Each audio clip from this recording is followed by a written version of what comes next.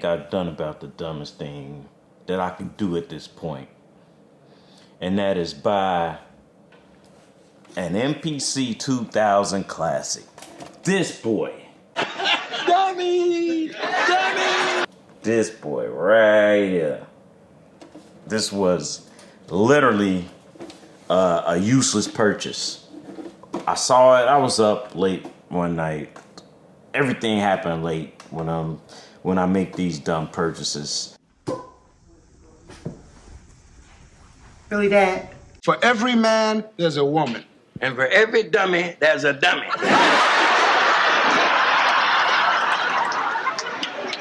Dummy. I saw on Reverb they had one. I think the guy wanted 400 for it. I offered him 300 just on the whim. He didn't take the 300, but then he upped it to. I left it alone. Then he upped it to 345. I went on and got it, and once it got here, it's a fairly clean model. Like, the only thing was wrong with it was the screen. It had a burn-in screen, but you could still use it. It wasn't like a bad one where you couldn't see it. So I got it. Black Friday, I think I got a GoTech, the USB drive, for like $20. So 345 plus 20. Then again, on Black Friday, I got the screen for it from MPC Stuff. I think I ended up paying was $175, I think, and they gave you 50 off or 25 off 150. So I got it for 150. I just put it in, so that put my final price at like $520. Can't find anything wrong with it. All the buttons work, all the inputs work. Doesn't have the 8 outs or the effects board, but it's clean. I can't find anything wrong with it. But it's totally useless because I have this boy right here. This is my third 2000 XL. The very first 2000 XL I bought, I really did it in. And I went on and on about how the modern MPCs was so much better. God, maybe technology has advanced too far to go back to this type of stuff where you can't put in a USB cord and get the files in and out of the computer and in and out of this. So I don't have a lot of time to be working and trying to learn the ins and outs of this. But for me, I'll stick with the live. And I didn't get it then. A lot of people said in the comments, it just didn't seek in. It didn't permeate my thick skull what exactly they were saying, and I get it now. Well, my first beat machine was the ASRX. Then I got an MPC 1000, like maybe a year or two later. I bought that new. Kept that for some years, and I used Ableton and FL Studio on the side. I have a lot of sounds that are in the computer that when I bought the first 2000 XL, all I wanted to do was transfer those sounds to the machine through a modern drive, because you can't hook it up to a computer, through SD card, CF card, whatever you got. And I'm at the point right now, like I know I got the GoTech on here and it's a floppy emulator.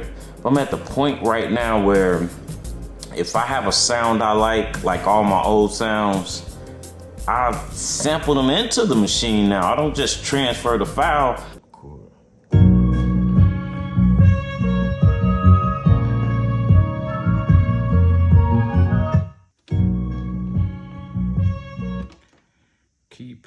Should have a new zone.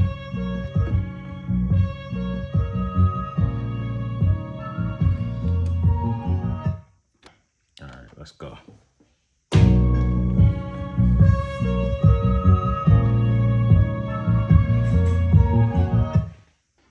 Keep.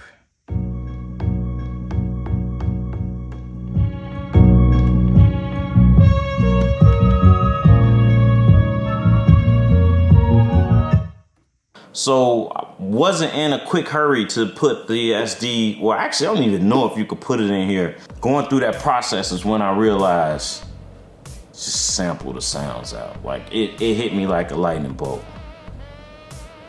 Like when it struck, and even for me having an MPC 62 going through that with that floppy drive, and that's a whole nother video on what's going on with that right now. But through upgrading the MPC 60 and this 2000 Classic, that occurred to me. So I think the beats are sounding better because I'm sampling the sounds directly into this instead of adding the sounds through a drive.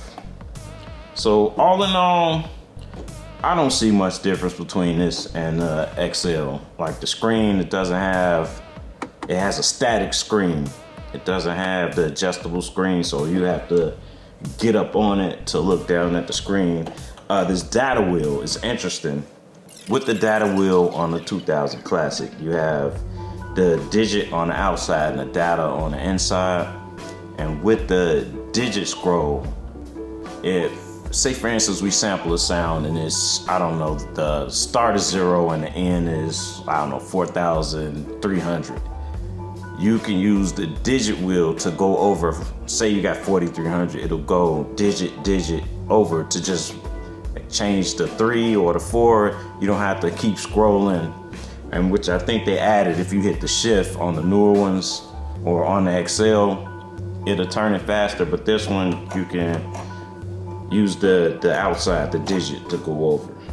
Let me see. The other obvious difference is the pad bank. Like it has the 4 banks, but only 1 button, so you can't click like on the 2000 XL A, B, C, D. This one, it's the same button. You just scroll through A, B, C, D, and that's basically it on the observable differences. What I've experienced from my limited research that I do. Some of the differences are the sequencer memory increased from 100,000 to 300,000. The XL has the next sequence button. Does anybody really use that? Like, I've never used that next sequence button. I'll have to check that.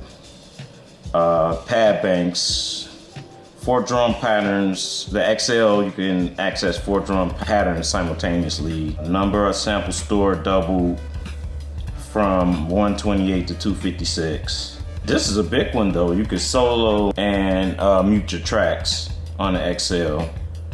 Most of this stuff is like, it's minor in my opinion, except for the time stretch function with modifiable presets. It's negligible, the changes in it. But overall, I got it altogether, all in 500 and about $20. I like it. It'll probably sit. But one thing it did come with, and I didn't even know this, was this Akai bag, this MPC bag. It fits perfectly in here. And when I do get rid of the Classic, although it has the shape of the Classic, I'll probably keep this for the XL. But yeah, it has a nice little storage bag that you could take, and let me see, what's in here? Power cord is in here. It's like a little briefcase for your XL. But to make it portable back in the day when, you know, all these big machines, you would think they just sit in someone's studio somewhere. Yeah, it's just packaging in here. Cool. All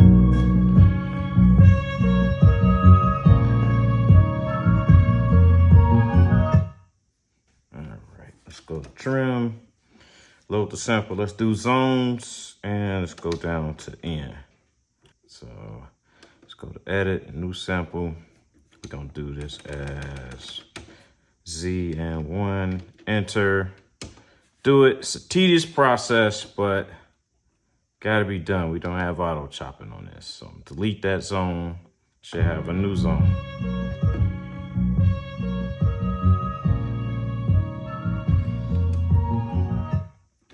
All right, edit. Let's go to new sample again. Let's do 2. I think we're at, I can't even remember. It's one of the things. So enter, do it. So 4, edit, delete zone. See if it match. Let's go. Move it out a little bit. Get that right at where the new one start. Edit, new sample. I think we're at 4. Let's do 5. Enter, do it. Edit, delete the zone.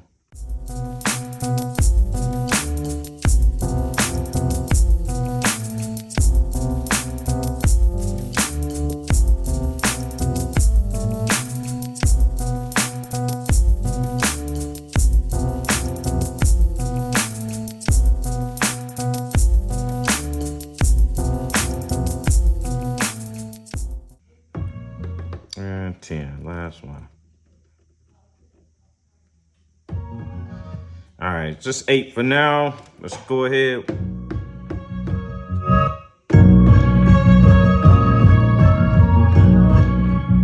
Oh, I didn't. Let's go back.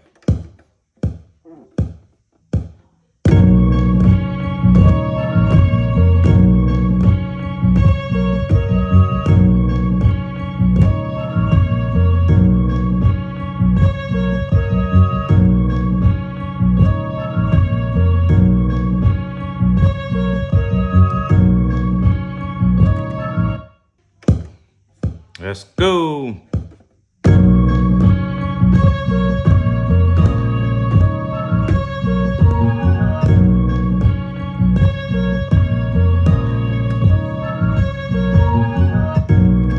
It's a little off. Anyhow.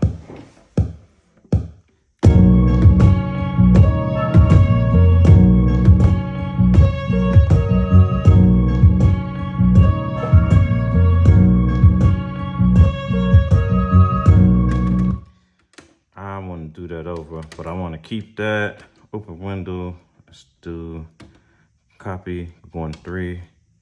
So.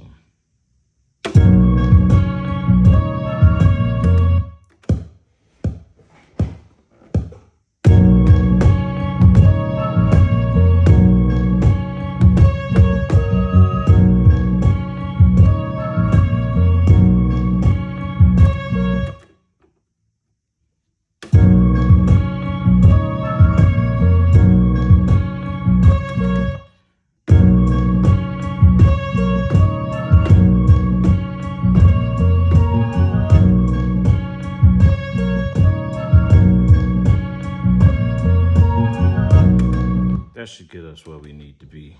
Just to complete this, let's make this 1 bar intro, do it. All right.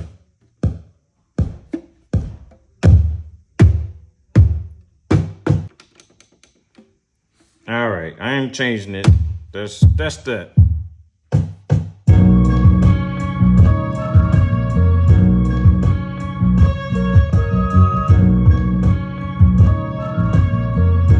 Change that one too.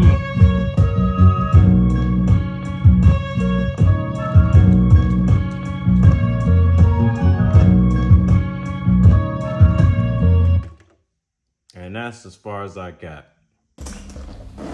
So that's it. 2000 XL Classic. I got it. Made a couple beats on it. I don't know how much I'll be using it. It's just, I know I say I do a lot of dumb stuff, but this is truly something I'll probably never use, but I enjoy the tinkering part of it. Broke the floppy cable, but I made it work, so it's just what I do. Anyhow, thanks for watching.